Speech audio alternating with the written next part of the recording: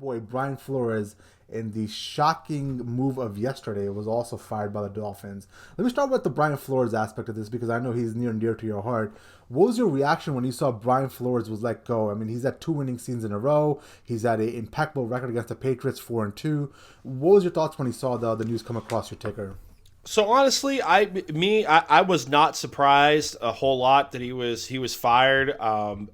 Just yeah, he had the back-to-back winning seasons, but I said on the pod earlier this year when we were talking about the Watson deep dives and whatnot. I believe I even said a little bit last year. There was a lot of coaching turnover. Like with his 3 years there, they went through 4 different offensive line coaches, 3 different offensive coordinators. At times this year, the co-offensive coordinator experiment looked like an absolute disaster. I mean, there was his first year in as a head coach in the NFL. His original offensive line coach, I think, lasted 3 weeks, and then he ran them out. He ran them out of the building. They brought in Guglielmo from New England to be an offensive line coach. He lasted a year. There's just constant turnover. You're seeing rumblings coming out that he was a hard dude to work for. He was belittling to people and players in the locker room. He apparently was not the biggest Tua fan. Would dress him down in front of everybody. I guess call him a punk at times. Really? And real wow. And real quick, I got on good background today. A person close to the situation. We were talking about the Brian Flores situation, and on very good background, I was told that at one point, during either the off season or earlier this season, Brian Flores and Chris Grier had an altercation. I wasn't told if it was just a verbal altercation or a physical type of deal, but ever since this altercation occurred, they did not talk to each other for 6 months. They did not talk to each other for 6 months. They would not make eye contact. A lot of discussion basically would be going through an intermediary between the general manager and the head coach, which is never a good thing. So I'm not surprised. Flo is gone. Like I said, hard dude to work for, especially with the info I got on background today. And I think the more surprising thing to me is that Chris Grier didn't hit the streets. I'm more surprised at that because Grier is not hit in the latest in his draft classes, at all. I think maybe he hit on Christian Wilkins. I'm high on Christian Wilkins, the defensive lineman out of Clemson. But that's really it. And Jalen Waddle. I mean, those two. That's it. Well, Puma, and that's well, first of all, great job breaking news on the podcast. You look at you. I haven't heard Evan Schefter even tweet this out yet, okay? Yep. So yep. You heard good background.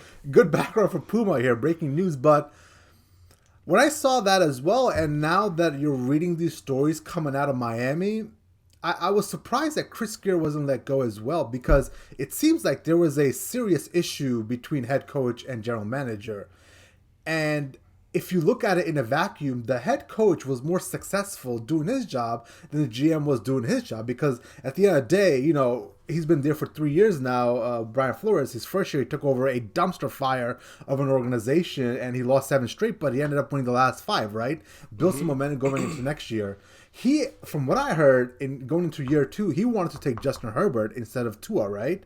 And it looks like it was overruled that he had to take Tua. So you're sticking him with the quarterback that he didn't want. And if he would have taken the quarterback that Brian Flores wanted, it looks like you guys might have had some success with how Justin Herbert's panning out. So second year with some hits and some misses in the draft. Second year he goes 10-6, and now this year, they start out with 7 straight losses, but then they end up winning 7, or was it 8 of the last 9? Is that what the final tally was? I mean, they ended up being 9-8.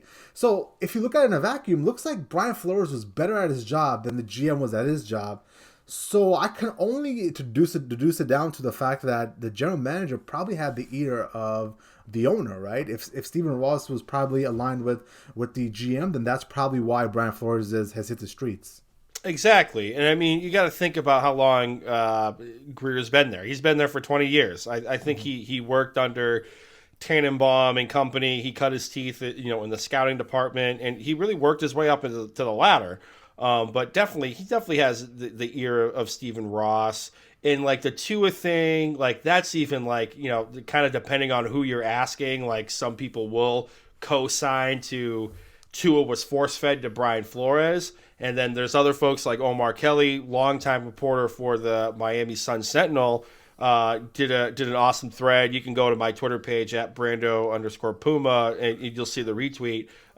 He had a great thread, and he was saying, at the time they had this dynamic where if Flores was really that sold on Justin Herbert, Chris Grier would have acquiesced and said, okay, we'll draft Herbert.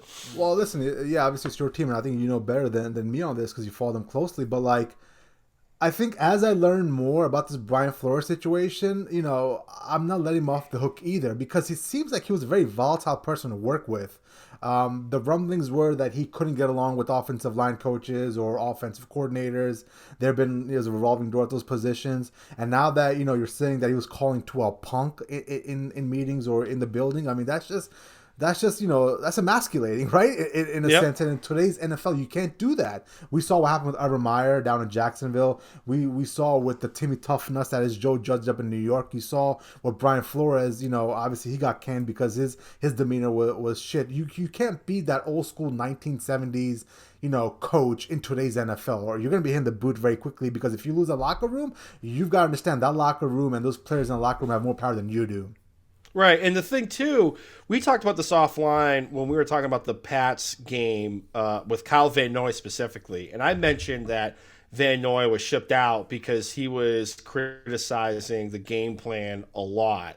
And it got to the point, not only was he criticizing the game plan, but the locker room was split. Not only along the lines of Fitz or Tua, but also like players actually co-signing with the criticisms that Brian Van Noy was levying against Brian Flores. Like some of the game plan calling, some of the preparation and whatnot. That's why Kyle Van Noy found his way back to New England this year, and they cut him for pennies on the dollar, and he was a dead cap hit after he signed in free agency the year before. So like if you weren't singing from the music sheet that Brian Flores was putting out there, you were going to be persona non grata in that locker room.